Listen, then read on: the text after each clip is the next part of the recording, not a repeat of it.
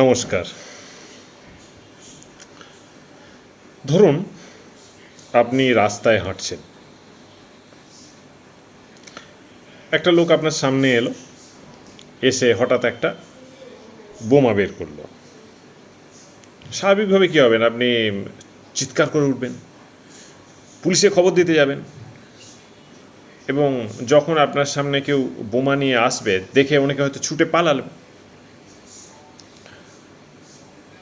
আপনি যখন চিৎকার করছেন বাঁচাও বাঁচাও, তখন সেই লোকটা বলে উঠবে, দেখুন আমি একজন খুব ভালো মানুষ, এই যে বোমাটা দেখছেন এটা আমি এনেছি শুধু নিজেকে রক্ষা করার জন্য, আর এই নিজেকে রক্ষা করার জন্য আপনাকে আমি এই বোমাটা দিয়ে মেরে ফেলব, মেরে চলে যাব। খুব শান্তভাবে আপনি শুনলেন, খুব ভদ্রভাবে আপনি শুনলেন। আচ্ছা, এটা শুনে তখন কি আপনি শান্ত হয়ে যাবেন? গোটা বিশ্ব রাজনীতিতে গোটা দুনিয়া ঠিক এমনটাই করছে, কারণ একজনের হাতে একটা বোমা আছে। কার হাতে? তার নাম হচ্ছে ইসরায়েল। একদম প্রথমে আমরা দেখব ইসরায়েলের একটা গোপন বোমা কারখানার দিকে। ইসরায়েলের একটা শহরটার নাম হচ্ছে ডিমোনা। তা ডিমোনায় একটা বেশ বড় কারখানা আছে, যে কারখানায় যদি বাইরে থেকে দেখেন তাহলে মনে হবে যে একটা কোনো বড় বৈজ্ঞানিক গবেষণা কেন্দ্র, কিন্তু আসলে সেটা গবেষণা কেন্দ্র যতটা, তার থেকেও বেশি কারখানা। সেখানে তৈরি হয় অনেক অনেক পারমাণবিক বোমা, কিন্তু কারখানার গায়ে কিছু লেখা নেই। ইসরায়েল কখনো স্বীকারও করেনি, আবার কখনো অস্বীকারও করেনি। তারা শুধু বলে আমরা এই বিষয়ে কিছু বলছি না। তাকে যদি জিজ্ঞাসা করেন তোমার কি পরমাণু বোমা আছে, সে শুধু খুব ভালোভাবে বলবে আমরা এই বিষয়ে কিছু বলছি না। তখন আশ্চর্যজনকভাবে গোটা দুনিয়াও বলে ঠিক আছে, আমরাও কিছু আর বলছি না। এক অদ্ভুত নাটক। এবার আসছি আরেকটা বিষয়ের দিকে, যেটার মূল কথা হলো এনপিটি চুক্তি। মানে এমন একটা চুক্তি যেটা কিছু দেশের জন্য আর কিছু দেশের বিরুদ্ধে এটা ব্যবহার করা হবে। কীরকম? তা এনপিটি এই যে চুক্তি, এটার যদি আমরা ফুল গোটা কথাটার মানে খুঁজি তাহলে হচ্ছে কি বলে, এটা হচ্ছে নন প্রলিফারেশন ট্রিটি। মানে মোদ্দা কথা হচ্ছে যেন কেউ নতুন করে পারমাণবিক বোমা না বানায়, সেটা নিয়ে একটা চুক্তি। তা আমরা তো জানি যে ভারতের পারমাণবিক বোমা আছে, পাকিস্তানের পারমাণবিক বোমা আছে, উত্তর কোরিয়ার পারমাণবিক বোমা আছে, এবং তা নিয়ে সর্বত্র চর্চা হয়, লেখালেখিও হয়। দেখবেন কোথাও ইসরায়েলের পারমাণবিক বোমা আছে নিয়ে কোথাও কোনো আলোচনা নেই। তার কারণ ইসরায়েল সে এনটিপিতে সই করেনি। এখন তারপরেও তাকে কেউ কিচ্ছু বলে না যে তোমার কাছে পারমাণবিক বোমা আছে কি। তার উত্তর আমি এই বিষয়ে কিছু বলছি না। তখন আর ফিরে তাকে কেউ বলে না, কেউ কিছু জিজ্ঞাসা করে না, কারণ ইসরায়েল হচ্ছে আমেরিকার সবচেয়ে প্রিয় ছাত্র। শুধু আমেরিকার কেন বলবো, পশ্চিম ইউরোপের ব্রিটেন, জার্মানি, ফ্রান্স তাদের সবচেয়ে কাছের ছাত্র। আচ্ছা, এই যে আপনাকে প্রথমেই গল্পটা বললাম যে আপনাকে বোমা দিয়ে মারার সময় কি শান্তভাবে বলবে আমি আত্মরক্ষা করার জন্য আপনাকে খুন করছি, আপনি হেঁটে যাচ্ছেন। ইসরায়েলের একটাই কথা, হ্যাঁ আমরা বোমা রাখি, কোন বোমা সেটা আমরা বলছি না, তবে যা রাখি শুধু আত্মরক্ষার জন্য। তবে আত্মরক্ষা করার জন্য তারা যখন তাদের ঠিক প্রতিবেশী প্যালেস্তাইনে বোমা ফেলে, তখন সেখানে শিশুরা মারা যায়, মায়েরা মারা যায়, সমস্ত সব হাসপাতাল গুঁড়িয়ে যায়, কোনো কিচ্ছু রক্ষা পায় না। তখন যে ন্যারেটিভ পশ্চিমী দেশ বা আমেরিকা দেয়, তখন একটা ছোট্ট কথা, ইসরায়েলের আত্মরক্ষার অধিকার আছে। আপনি যদি বলেন কত লোক মারা গেছে, তারা নিয়ে কোনো উত্তর দেবে না, কোনো কিছুই বলবে না। শুধু একটা লাইন তারা বারবার বলে যাবে, ইসরায়েলের আত্মরক্ষার অধিকার আছে। আপনি আর বাকি কোনো কথা শুনবেন না, আপনার কানে শুধু ওটাই বেজে যাবে যে ইসরায়েলের আত্মরক্ষার অধিকার আছে। আরেকটা কথা কি, যদি একটা দেশ গণতান্ত্রিক হয় তাহলে তাদের হাতে যদি পরমাণু বোমা থেকেও থাকে তাতে কোনো দোষের নেই। আর সেটা যদি কোনো ধর্মীয় দেশ হয়, মুসলিম দেশ, সেটা যদি তা যদি ইউরেনিয়াম নিয়ে গবেষণা করে, এটা কিন্তু বিশ্ব শান্তির জন্য হুমকি। এখন ধর্মীয়ভাবে ইসরায়েল সেটাও কিন্তু ইহুদি রাষ্ট্র অনেকটাই ঘোষিত। যাই হোক, এটা সন্দেহ নেই যে গণতান্ত্রিক দেশ হলে তার উপর যে নির্ভরযোগ্যতা তার বেড়ে যায়, কোনো সন্দেহ নেই। যে কোনো ধর্মীয় দেশ হলে তার নির্ভরযোগ্যতা অনেকটাই কমে যায়, এটা খানিকটা মান্যতা দেওয়ার বিষয়।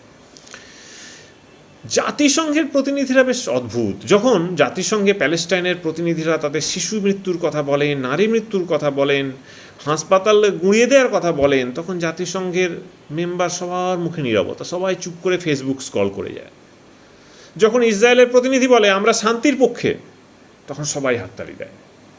এটা এমন একটা স্কুলে সেই ছাত্রের মতো, এমন একটা ছাত্র হয়তো তার বাবার প্রচুর টাকা আছে, সে হয়তো স্কুলের মালিক, তখন সব শিক্ষক তাকে বাহবা দিচ্ছে।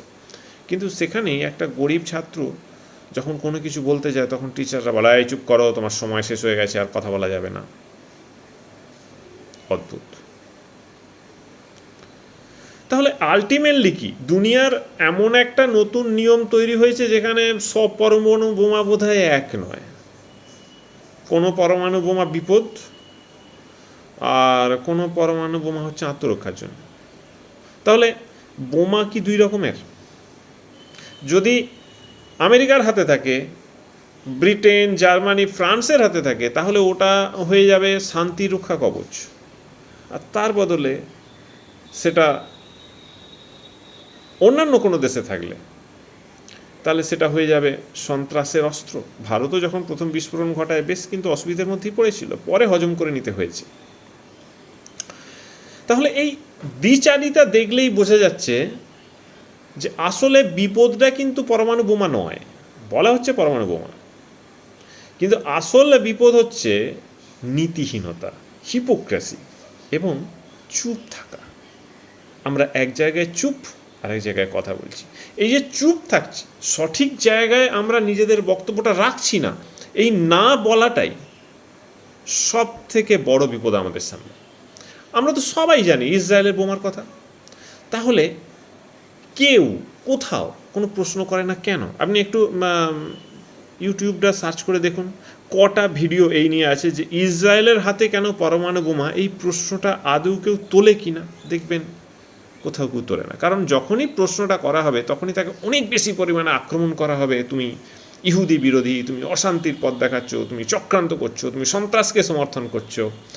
কিন্তু সিম্পল একটাই ছোট প্রশ্ন, যে সব দেশ যদি সমান হয়, সব মানুষ যদি সমান হয়, তাহলে সবার জায়গায় কেন সমান নিয়ম নয়? সবার জন্য তো সমান নিয়ম হওয়া উচিত। আমাদের তো কোথাও বিশ্ব শান্তি রক্ষার ক্ষেত্রে কোনো অর্গানাইজেশন এটা তো বলেনি, স্বীকৃত অর্গানাইজেশন, যে একটা দেশের থেকে আরেকটা দেশ আলাদা। তাহলে একটাই তো অস্ত্র হতে পারে, বিকল্প অস্ত্র কি? সেটা হচ্ছে এই যে সাধারণ মানুষ তারা যেন সত্যের পাশে থাকে। তারা তো রাজনীতিবিদদের হাতের পুতুল হলে চলবে না।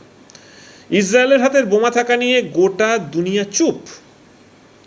এই যে চুপ থাকা, এটাই হচ্ছে সব থেকে বেশি বিপজ্জনক।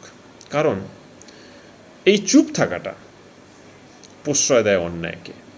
আর আসল পরমাণু বোমাটা হচ্ছে এই চুপ থাকা, যেটা প্রতিদিন মানুষের বিবেক, মানুষের সত্যের পাশে থাকার এই যে চাহিদা, মানুষের যে মানবিকতা, এই সব কিছুকে ধ্বংস করে দিচ্ছে। মানে এই ভিডিওটা দেখে এটা না ভাবাই ভালো যে আমি কারোর বিরুদ্ধে বা কারোর পক্ষে। আমি মূলত শুধু একটাই প্রশ্ন করছি এখানে, যে যেটা সবাই চুপ করে এড়িয়ে যায়, সেটা আমাদের সকলের কি জানা উচিত নয়? তারপরে আপনিও পারলে চুপ থাকুন, কিন্তু জানুন। জানতে গেলে এই বিষয়গুলো আমাদের খোলা মনে ভাবতে হবে, শুধু কোনো একটা পক্ষে চলে গেলেই হবে না। যদি সত্য কথা বলা উচিত হয়, তাহলে আমাদেরকে ঠিক করে নিতে হবে যে আমরা চুপ থাকবো না, নিজের নিজের জায়গায় মানুষের মধ্যে বক্তব্যকে ছড়িয়ে থাকবো। কারণ যারা চুপ থাকে তারাও কিন্তু ইসরায়েলের যে অপরাধ, সন্ত্রাসের যে অপরাধ, সন্ত্রাসবাদীদের যে অপরাধ, সব অপরাধের অংশীদার হয়ে যাওয়া হয়। এখানেই শেষ করছি। সাবস্ক্রাইব করতে ভুলবেন না, কারণ সত্য যত কষ্টকরই হোক, আমাদের সেটা জানাটাই অত্যন্ত সাহসের কাজ, এবং অপরকে বলা আরও বেশি সাহসের কাজ। যদি ভিডিওটি তোমাদের পছন্দ হয় তাহলে অবশ্যই ভিডিওটিকে লাইক করবে এবং সকলকে আবার সাবস্ক্রাইবের অনুরোধ জানিয়ে শেষ করছি।